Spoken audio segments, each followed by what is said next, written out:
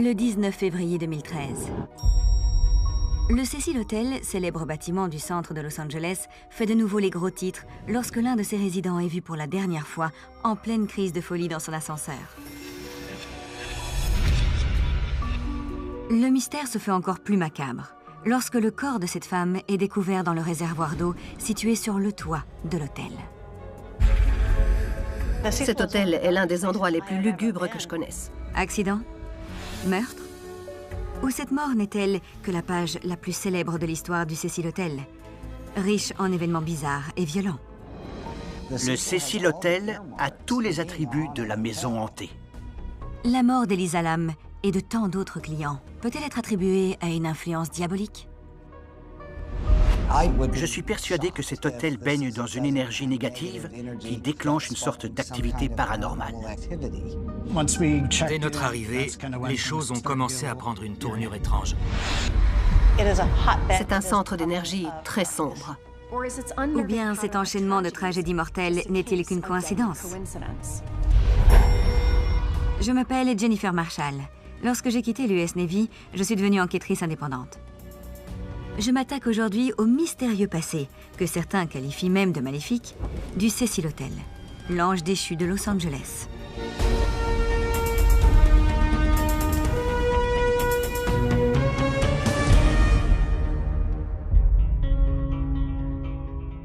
Même les spécialistes du paranormal n'ont appris l'existence du Cecil Hotel que lorsque les médias ont parlé d'Elisa Lam, une étudiante canadienne dont la mort mystérieuse a fait la une des réseaux sociaux.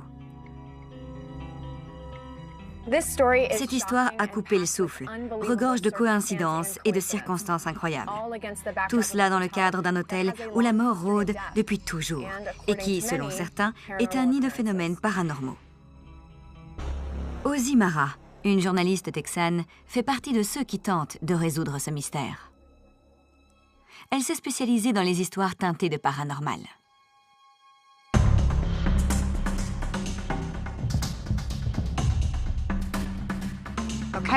Alors, de quoi s'agit-il? J'aimerais que nous nous penchions sur le cas du Cecil Hotel. Son histoire est très étrange. Certaines personnes affirment même qu'il est au cœur d'un vortex d'énergie sombre. Je suis journaliste et enquêtrice en paranormal. J'ai vécu 3 expériences paranormales dans mon existence. J'adore écouter les gens, leur montrer qu'il existe des réponses à leurs interrogations. Sa construction date des années 20. À l'époque, l'hôtel était magnifique et prestigieux. Mais la Grande Dépression est arrivée. Il a commencé à se passer des choses, des meurtres. On a retrouvé un homme mort dans sa chambre. Il s'était empoisonné. Ça a été suivi par d'autres tragédies. Des gens qui tombaient du toit, qui se jetaient par les fenêtres. Quelques années plus tard, c'est là que le dahlia noir a été vu pour la dernière fois avant son assassinat. Le tueur en série Richard Ramirez y a même vécu pendant qu'il commettait ses crimes. Et enfin, l'un des cas les plus célèbres et les plus étranges, celui d'Elisa Lam, une étudiante canadienne de 21 ans qui était venue seule aux États-Unis pour explorer le pays. Sa mort a projeté une nouvelle fois le Cecil Hotel sous le feu des projecteurs, mais pour les mauvaises raisons. Voici les dernières images que nous avons d'elle dans l'ascenseur de l'hôtel. Elles font peur à voir. Oui, ils ont été vus des millions de fois en ligne. Et il existe des centaines de vidéos d'enquêteurs amateurs sur le sujet. Si je me souviens bien, la police a conclu à une mort accidentelle, non? Oui, l'affaire est classée depuis des années. Les enquêtes officielles n'ont même pas pris en compte la possibilité de forces paranormales dans les morts survenues à l'hôtel. Pour moi, ça vaut le coup de chercher pourquoi il se déroule tant de choses étranges dans cet hôtel. On pourrait travailler à reculons et voir s'il existe des théories alternatives qui expliqueraient pourquoi cet endroit semble attirer ces événements. Le Cecil Hotel est désormais fermé et ses propriétaires en refusent l'accès aux caméras. Rebaptisé Stay on Main, il a été transformé en auberge de jeunesse qui occupait les étages 4 à 6 de l'ancien hôtel et proposait une alternative sympathique et bon marché aux touristes. C'est là que Lisa Lam avait pris une chambre en 2013. Suite à sa mort mystérieuse, l'hôtel a été envahi par les amateurs de paranormal qui voulaient en savoir plus sur son passé meurtrier. Leurs posts sur les réseaux sociaux ont vite nimbé le Cecil Hotel d'une réputation maléfique. Entering the Cecil Hotel. Now known as the Staying Wing. So what's your guys' impression so far? It looks creepy as hell. It's actually really small. It's almost like a prison here. People were screaming. The buildings actually make noises. Le décor à la fois opulent et suranné rappelait celui d'un autre hôtel de légende, le Stanley Hotel dans le nord du Colorado, dont Stephen King s'est inspiré pour son roman Shining.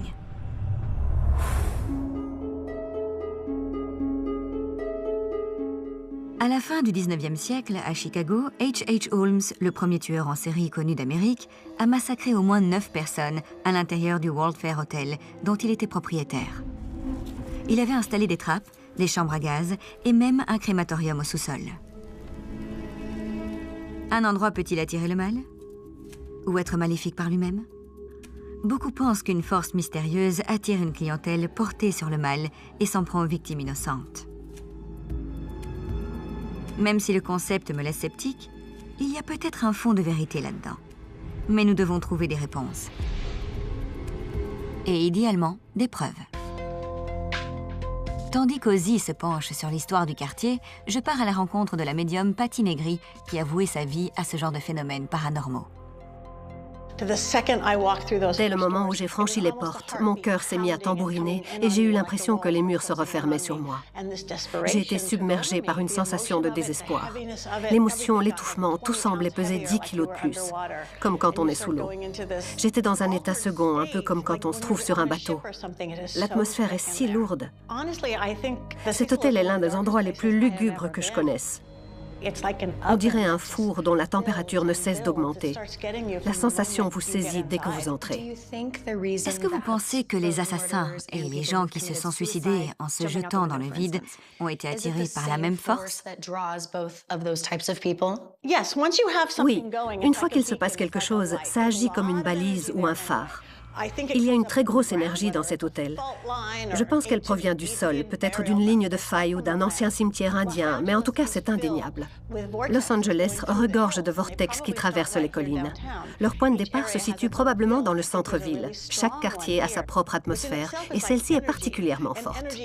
C'est une véritable énergie qui aurait pu entraîner un phénomène bénéfique quelques mètres plus loin, mais comme tout a commencé lors de la dépression des années 30, avec le désespoir que la crise a entraîné, l'énergie a généré un phénomène très sombre. Sans parler de telle ou telle chambre, lorsque vous avez visité l'hôtel, certains lieux vous ont-ils attiré plus que d'autres? Oui, plusieurs, en particulier l'ascenseur. C'était très fort. La première chambre où je suis entrée, je suis allée droit à la fenêtre, je ressentais une envie très forte de sortir. Certains affirment que le Cecil Hotel est un vortex maléfique. Qu'en pensez-vous? Pour moi, ça ne fait aucun doute. Comme je le disais, ça provient du sol. C'est un phénomène naturel qui touche tout ce qui s'y est déroulé et tous ceux qui y sont passés. C'est un centre d'énergie très sombre.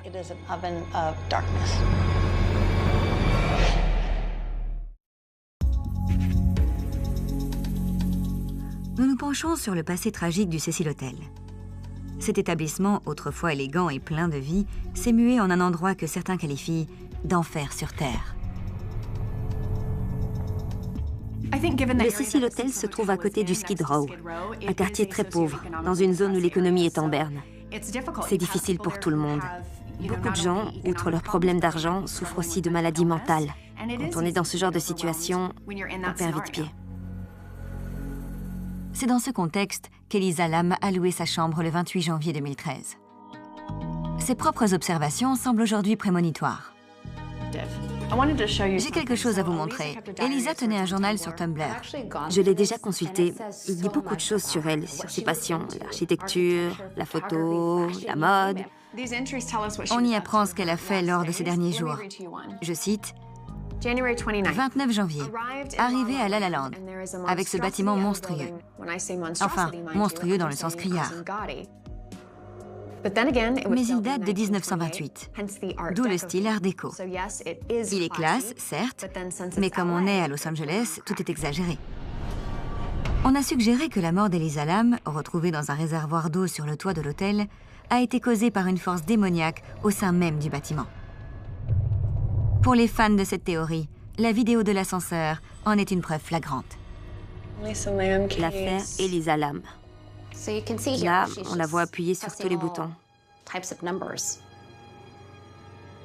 On dirait qu'elle essaie de se cacher.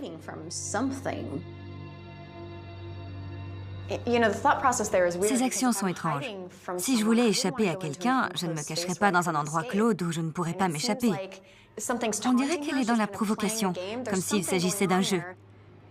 Il se passe quelque chose. Je me demande si elle n'avait pas des hallucinations visuelles ou auditives. Elle souffrait de troubles bipolaires.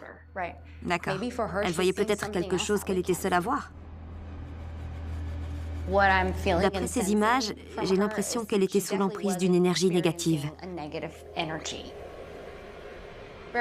C'est très étrange. Ça a vraiment l'air démoniaque. Un petit peu. D'un point de vue technique, j'ai plusieurs remarques à faire sur la vidéo. Le timecode est flouté. Il y a au moins une coupure, des images ont été enlevées. On le voit parce que la porte de l'ascenseur saute d'une image à l'autre. Combien de secondes ont été effacées? Et pourquoi? Pour déterminer si l'hôtel a pu jouer un rôle dans la mort d'Elisa, nous devons faire le tri entre vérité et légende urbaine. La journaliste Adlai Mirez a étudié l'histoire du centre de Los Angeles et peut nous apporter des réponses sur le Cecil Hotel. L'être humain a un désir inné de croire que des forces surnaturelles sont à l'origine de ces tragédies, qu'elles ne sont pas le fait de personnes normales. Los Angeles a toujours été un point de transit, mais aussi une ville de lumière, avec beaucoup d'ombre. Beaucoup de gens y viennent dans l'espoir de se réinventer. Parfois, ils viennent aussi disparaître. Beaucoup de ces personnes arrivaient au Cecil Hotel avec un faux nom, puis montaient dans leur chambre et se jetaient par la fenêtre.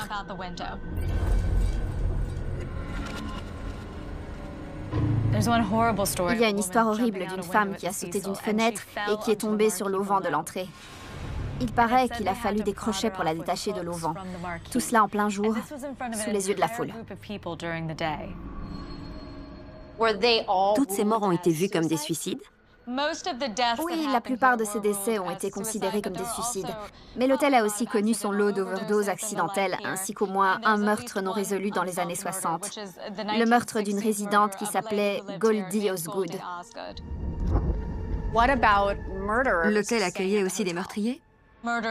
Oui, les meurtriers semblaient attirés par le Cecil Hotel comme des papillons de nuit par une lampe. Le plus célèbre d'entre eux est Richard Ramirez, surnommé le traqueur de la nuit. Il vivait au Cecil Hotel dans les années 80, pendant la période où il terrorisait Los Angeles. Pire encore, Ramirez a servi de modèle à un journaliste autrichien, Jack Unterweger, qui est venu à Los Angeles dans les années 90 et s'est installé au Cecil Hotel parce qu'il était fan de Ramirez. Pendant son séjour, il a tué 3 femmes étranglées avec leur soutien-gorge, auquel il faisait un nœud caractéristique. On dit souvent que le Cecil Hotel est devenu une balise pour le mal et que le bâtiment attirait des personnes aussi maléfiques que lui. L'hôtel a vraiment un passé très sombre. Il s'est passé beaucoup de choses horribles entre ces murs. C'est un endroit très mystérieux. La police y était très souvent appelée, mais peut-être que les forces de l'ordre ont peur, elles aussi. Elles ont peur de ce qu'elles pourraient y trouver. On ne peut pas savoir. Pourquoi le voile de l'horreur s'est-il abattu sur le Cecil Hotel? Peut-on accuser le désespoir, les illusions perdues? Quant à la mort d'Elisa Lam, peut-elle avoir été causée par un tourbillon d'énergie négative? Le Cecil Hotel de Los Angeles est hanté par des morts mystérieuses, dont les premières remontent aux années 30. L'une des dernières en date concerne Elisa Lam, qui n'est jamais ressortie vivante de l'hôtel. Son corps a été retrouvé après 3 semaines dans l'un des réservoirs d'eau sur le toit. Cette affaire, qui date de 2013, a fait le buzz sur les réseaux sociaux après la diffusion d'une vidéo montrant son comportement étrange dans l'ascenseur de l'hôtel. Beaucoup de gens ont dit qu'elle essayait un rituel coréen, le jeu de l'ascenseur. Ce jeu permet d'atteindre une autre dimension. Le plus fascinant, c'est que cette histoire regorge d'échos provenant de la culture, du divertissement et du cinéma. Vous connaissez le film Darkwater? Je ne l'ai jamais vu. C'est un remake américain d'un film d'horreur japonais. L'histoire parle d'une petite fille retrouvée morte dans un réservoir, exactement comme au Cecil Hotel. Ça fait peur. Il y a aussi un ascenseur qui fonctionne mal et de l'eau noire qui suinte à l'intérieur de l'immeuble. Pour les clients du Cecil Hotel, à l'époque de la disparition d'Elisa Lam, c'est bien l'eau qui a posé le plus gros problème. Some hotel guests tell us they're disgusted. Wouldn't you be if there was a dead body in the water you were using and drinking? J'en déduis que quelque chose doit relier toutes ces coïncidences. Sur les réseaux sociaux, on a supposé qu'Elisa Lam jouait à ce qu'on appelle le jeu de l'ascenseur coréen. Pour en savoir plus sur les règles de ce jeu, j'ai contacté Saphir Sandalo, chercheuse en paranormal. Le jeu de l'ascenseur est un rituel né sur un site web coréen. On ne sait pas vraiment quand il est apparu, mais il n'est pas récent et on y joue dans le monde entier. Si on suit les règles à la lettre, on est censé se transporter dans une autre dimension. Quelles sont ces règles? Il faut être seul dans l'ascenseur et enclencher les boutons selon un ordre bien précis. Une fois au 10e étage, on est dans une autre dimension. Imaginons que je veuille y jouer. Quelle est la séquence des boutons et pourquoi est-elle si importante? Quand on entre dans l'ascenseur, on commence par appuyer sur le 4. Une fois au 4e étage, on attend que les portes s'ouvrent. Personne ne doit entrer dans la cabine parce que dès que vous n'êtes plus seul, le jeu est perdu et vous devez recommencer. Après le 4, on appuie sur 2, 2, 6, 6, 2, 2, 10, 10, 5. C'est là que ça devient intéressant, parce qu'il paraît qu'une femme peut entrer dans l'ascenseur avec vous. Si cela arrive, elle vous conduit dans une dimension totalement différente. Une femme peut vous rejoindre dans l'ascenseur.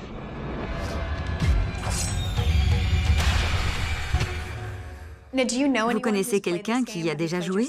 Vous avez essayé vous-même? Je n'y ai jamais joué, mais j'ai visionné beaucoup de vidéos sur Internet. On dit qu'une fois dans l'autre dimension, on peut être désorienté, voire s'évanouir.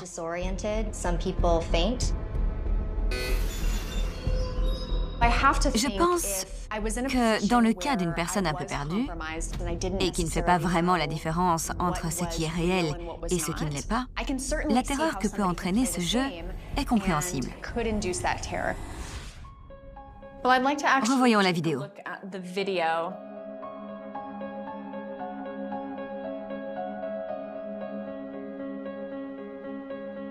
Je ne vois pas la séquence des boutons.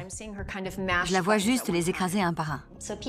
Les personnes qui ont visité l'autre dimension ou qui affirment avoir réussi le jeu disent toutes qu'on se sent désorienté, complètement perdu et que l'air est lourd. Peut-être se conduit-elle comme ça parce qu'elle essaie de lutter contre l'atmosphère très lourde. Dans ce jeu, on doit réussir à revenir. Sinon, on est fichu.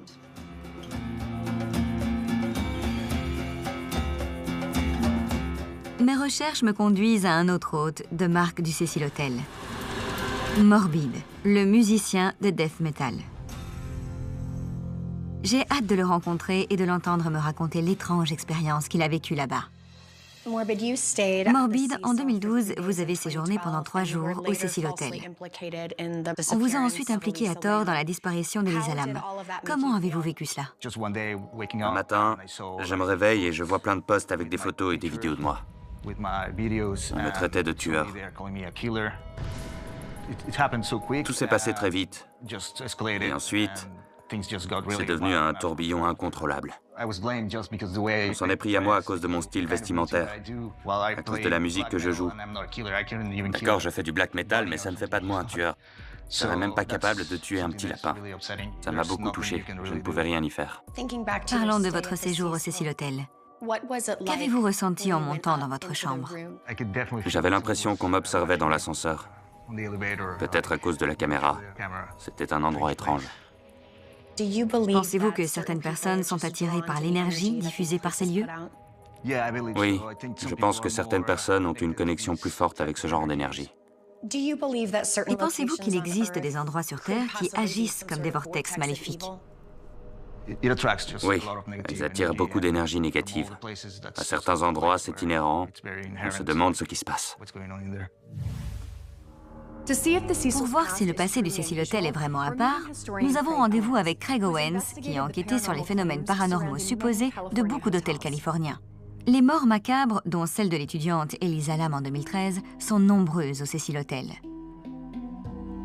Son comportement étrange et son décès prématuré ont-ils été causés par le bâtiment lui-même? Craig, vous êtes historien, mais vous prenez aussi en compte les aspects paranormaux des endroits que vous visitez. Exactement. J'écoute les histoires de revenants et je les passe au crible de l'histoire. J'essaie de séparer les faits de la fiction ou des légendes urbaines qui entourent ces endroits hantés. Le Cecil Hotel a-t-il été érigé à cet emplacement pour une raison spécifique? L'une des raisons principales était la présence d'une station de tramway de la Pacific Electric Railway un pâté de maisons plus loin. À l'époque, Los Angeles attirait beaucoup de visiteurs. On a donc construit cet immense hôtel de 700 chambres, car il était évident que ces gens avaient besoin d'un endroit où dormir. Pour le Cecil Hotel, c'était le succès presque assuré. Quand ces décès étranges ont-ils commencé? Le premier suicide a eu lieu en 1927. Il s'agissait d'un homme du nom de Percy Ormond Cook, une personne à la vie relativement aisée. Il a écrit une lettre d'adieu et s'est tiré une balle dans la tête. S'il existe une sorte d'énergie négative, ce dont je suis persuadé, elle a débuté dans les années 30. Le Cecil Hotel a tous les attributs de la maison hantée.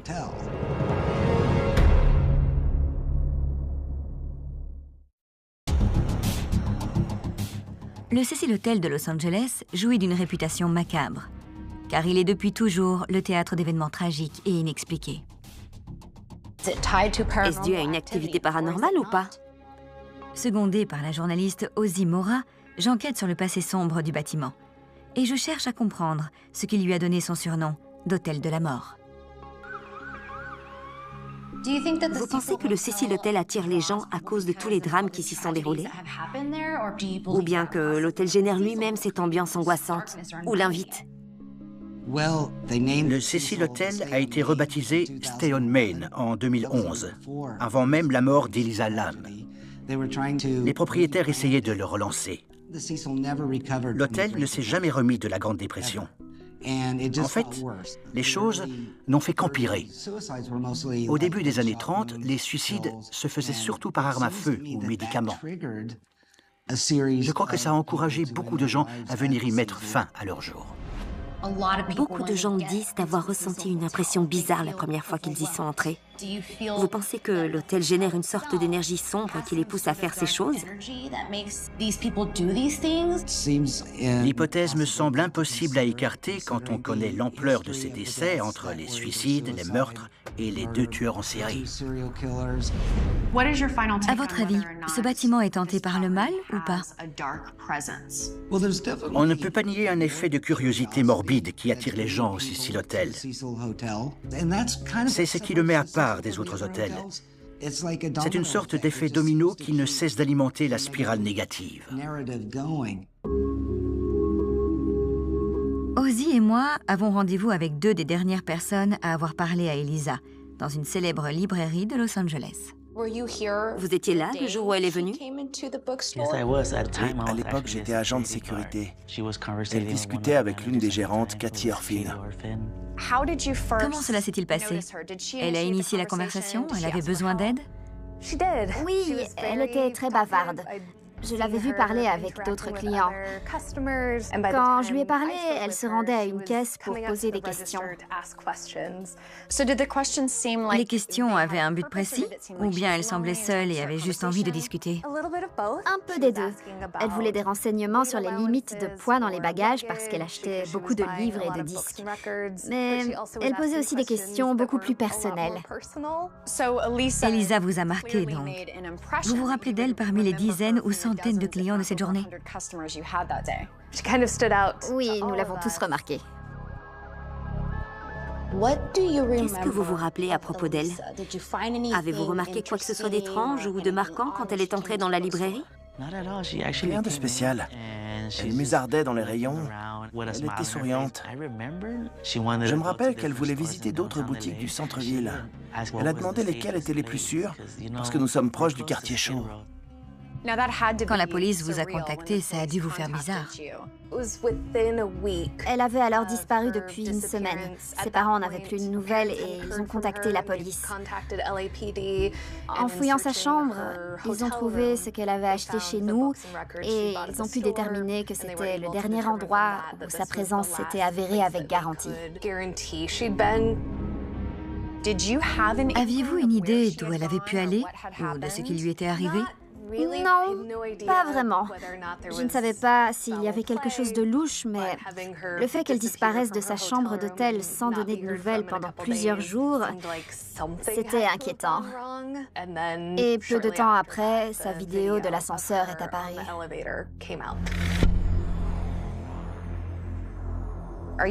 Vous êtes sûr qu'elle est entrée et repartie seule?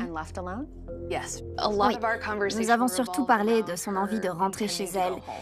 Elle parlait aussi de cadeaux qu'elle achetait pour sa sœur. Elle semblait très décidée à retourner chez elle. Il n'y avait aucun aspect suicidaire dans la conversation que nous avons eue. Ça fait 7 ans, mais cette affaire ne veut pas disparaître. Elle est toujours sur les réseaux sociaux. Elle vous travaille encore? Oui, tout à fait. Je pense à elle assez souvent. Quelle que soit la raison qui a fait du Cecil Hotel un endroit aussi inquiétant, le fait est que l'établissement a quelque chose qui terrorise ses clients. Jackie et Edward Dixon ont séjourné à l'hôtel avant que la mort d'Elisa Lam ternisse encore sa réputation. Le bâtiment est très grand, il est énorme. On s'est dit que le panneau était un peu décrépit, mais que c'était à cause de son âge. Ça ne nous dérangeait pas. On est entré dans le lobby qui est magnifique, du genre âge d'or d'Hollywood, très classe. Il n'y avait personne à part un employé à l'accueil. Mais le lobby nous plaisait, donc on s'est dit que ça ferait l'affaire. Vous connaissiez l'histoire de cet hôtel? Non, pas du tout. On a réservé à la dernière minute. C'était juste un endroit où dormir. On allait à un festival et on n'avait aucune intention de passer du temps dans la chambre. On s'est enregistré, on est entré dans l'ascenseur pour monter à la chambre, et c'est là que les choses ont pris une tournure étrange. On avait l'impression d'une présence inquiétante près de nous. Comme s'il était vivant.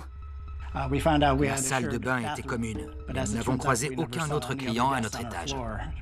Comment, dans un hôtel de cette taille, est-ce qu'on peut ne voir personne à part l'employé à l'accueil? Quand on est entré dans la chambre, on aurait dit qu'il y avait des taches sur les murs. Quand j'ai eu envie d'aller aux toilettes, l'anxiété a monté d'un cran. C'était au bout du couloir, mais Ed ne voulait pas que j'y aille seule. Il m'y a accompagnée.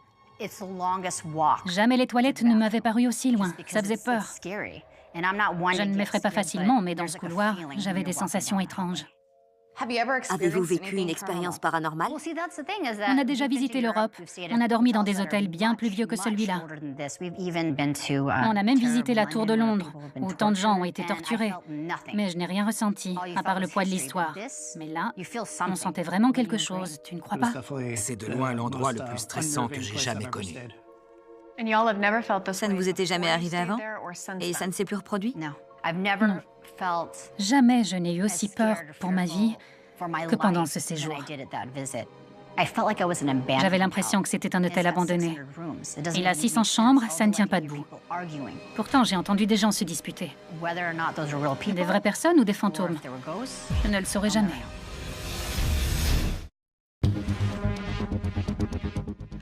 À Los Angeles, beaucoup d'immeubles comportent des réservoirs d'eau sur le toit, semblables à celui dans lequel on a retrouvé le corps d'Elisa Lam. On dit souvent que le Cecil Hotel est un vortex maléfique.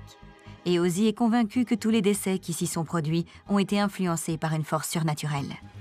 Pour elle, l'établissement est l'archétype de la maison hantée de films d'horreur. J'ai rendez-vous avec un médecin et Ozzy avec un inspecteur en retraite, Craig Kading, qui était encore en activité à l'époque de cette affaire. Vous connaissez la mauvaise réputation du Cecil Hotel? Oui, tous les membres des forces de l'ordre du centre-ville connaissent cet hôtel. Il est unique en son genre à Los Angeles. En 2013, la police a diffusé la vidéo d'Elisa Lam dans l'ascenseur de l'hôtel. Les images mettent mal à l'aise. Vous pensiez qu'elle était en discussion avec quelqu'un? Oui, tout à fait. C'est le genre de piste qu'on suit pour les personnes disparues. On essaie de reconstituer le puzzle. Pourquoi a-t-elle un comportement si étrange? On voulait savoir si elle parlait à quelqu'un, s'il s'agissait d'une dispute, si elle attendait un ami. Toutes ces questions passent par un processus d'élimination dans l'espoir d'obtenir une réponse. Beaucoup de gens s'interrogent sur le timecode. Si on regarde attentivement, on voit qu'il est flouté. Oui, c'est intentionnel dans le cadre de l'enquête. C'est pour s'assurer qu'aucun suspect potentiel ne puisse utiliser cette donnée à son avantage. En effaçant l'heure, quand on interroge un suspect, on peut plus facilement établir la chronologie de son témoignage. Plusieurs passages semblent coupés et un autre est accéléré. Oui, nos experts prennent le format vidéo fourni par l'hôtel, puis le reformatent dans notre laboratoire. Là encore, quand on diffuse l'information, on donne juste assez pour que le public nous aide, mais pas plus, pour éviter que ça joue à notre désavantage.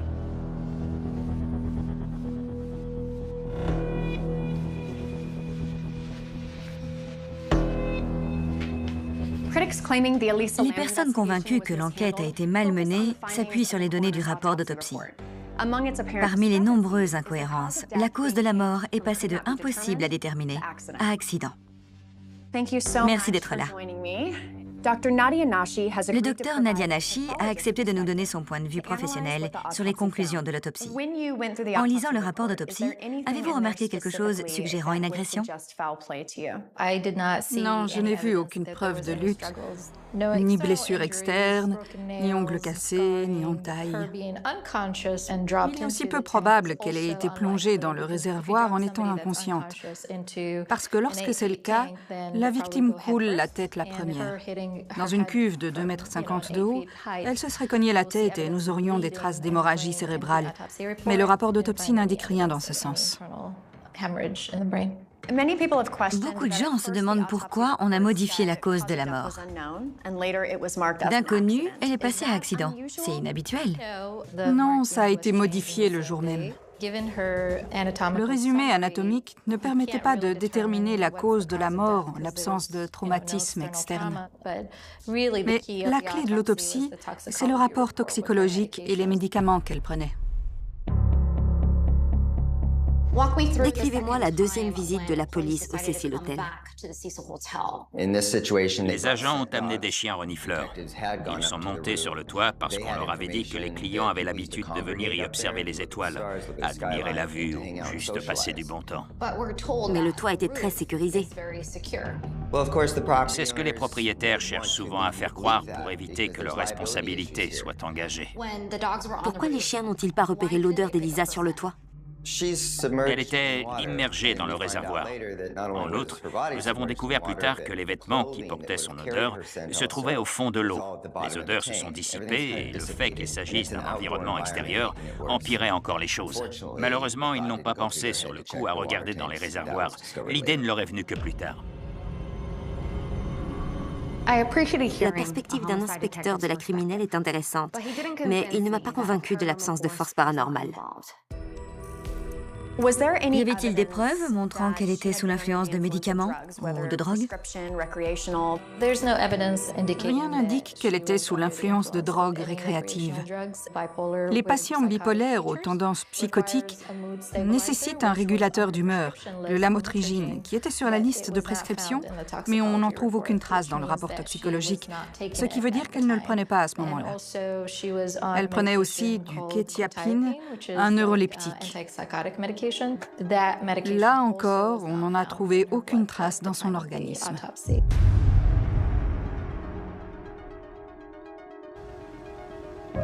Le Cecil Hotel est situé à la limite de ce qu'on appelle le Skid Row. Ce quartier a de quoi mettre tout visiteur mal à l'aise. Mais de là à faire de l'hôtel un vortex démoniaque, ça fait beaucoup. Pour mettre cette théorie à l'épreuve, je retrouve Patty Negri, équipée du matériel qu'elle utilise en tant que médium pour tenter de localiser des signes.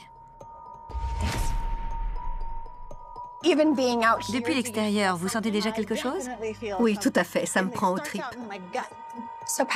Patty, comment utilisez-vous ces outils pour détecter la présence d'un vortex? Je ne les contrôle pas du tout. Ce sont des instruments de divination qui se croisent pour oui et ne se croisent pas pour non. Est-ce que nous nous trouvons devant le Cecil Hotel de Los Angeles? Oui. Est-ce que nous sommes à la Tour Eiffel? Non. Où se trouve le vortex? L'hôtel, pas moi. Oui, ça pointe derrière vous, vers l'hôtel. Pointez vers l'énergie de la source principale du vortex.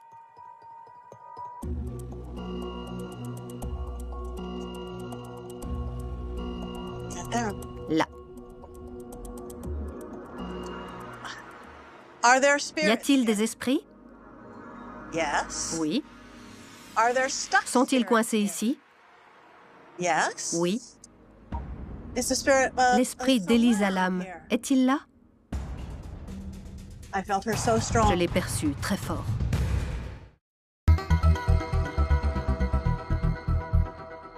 Certains affirment que la mort d'Elisa Lam, retrouvée dans un réservoir d'eau sur le toit du Cecil Hotel, a été causée par une force démoniaque au sein même de l'établissement.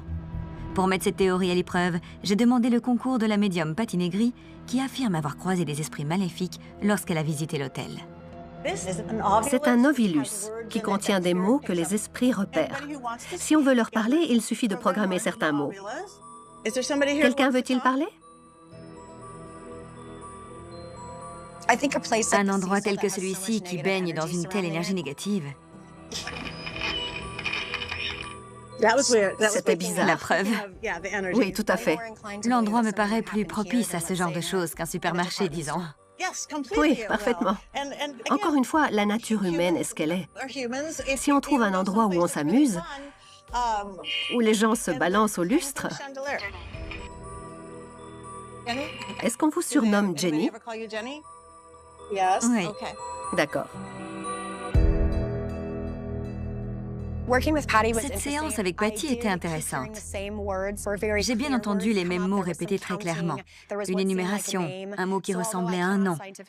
Je ne peux rien prouver, bien sûr, mais en tout cas, c'était intéressant et distrayant. J'ai hâte de retrouver Ozzy et de voir si on peut reconstituer cet étrange puzzle. Nous pouvons nous accorder sur le fait que le Cecil Hotel est un endroit macabre et étrange. Tout à fait. Je pense que c'est très intéressant, parce que vous m'aviez suggéré au début que le bâtiment était peut-être un vortex d'énergie noire. C'est bien ça? Oui. Tout d'abord, je tiens à souligner que la mort d'Elisa Lam ne peut pas être attribuée à un meurtre. Nous avons vu qu'un déséquilibre dans son traitement médicamenteux a entraîné un épisode psychotique. Le plus probable est qu'elle soit montée sur le toit et qu'elle ait plongé elle-même dans le réservoir. Elle n'a pas réussi à en ressortir et elle est morte d'hypothermie. Il faisait froid à cette période.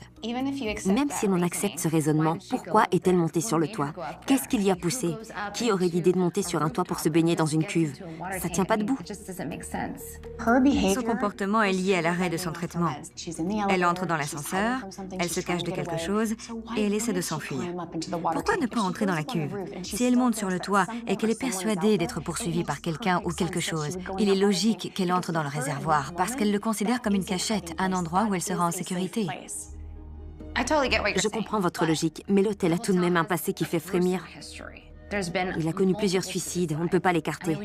2 tueurs en série en ont même fait leur antre. Je refuse d'accepter que tous ces décès soient de simples coïncidences. Pour moi, son passé est symptomatique de la désagrégation du quartier qui l'entoure. C'était l'un des hôtels les moins chers du centre-ville. Par conséquent, il attirait des gens au bout du rouleau, les désespérés, ceux qui fuyaient leur ancienne vie. S'il attirait les tueurs en série, c'est parce qu'il pouvait se cacher dans le Skid Row. Richard Ramirez sévissait déjà dans Los Angeles avant de s'installer ici. Ce n'est pas le Cecil Hotel qui l'a fait basculer, mais l'hôtel l'a aidé sans aucun doute à cacher ses activités. Vous voulez dire quelque chose? De plus, Patty la médium a ressenti en personne l'énergie négative. Ces tests étaient intéressants, mais ils n'apportent aucune preuve tangible de ce que nous cherchons. Je ne doute pas que les gens aient vécu des expériences déstabilisantes, mais le quartier est dangereux, l'hôtel est délabré. Ça ne me suffit pas pour conclure qu'il s'agissait d'une sorte d'expérience paranormale ou de force maléfique. Le Cecil Hotel était un endroit où les gens se rendaient pour mettre un terme à leur vie ou pour tuer quelqu'un en minimisant les risques de se faire prendre. Malheureusement, parfois, des innocents ont été embarqués contre leur gré.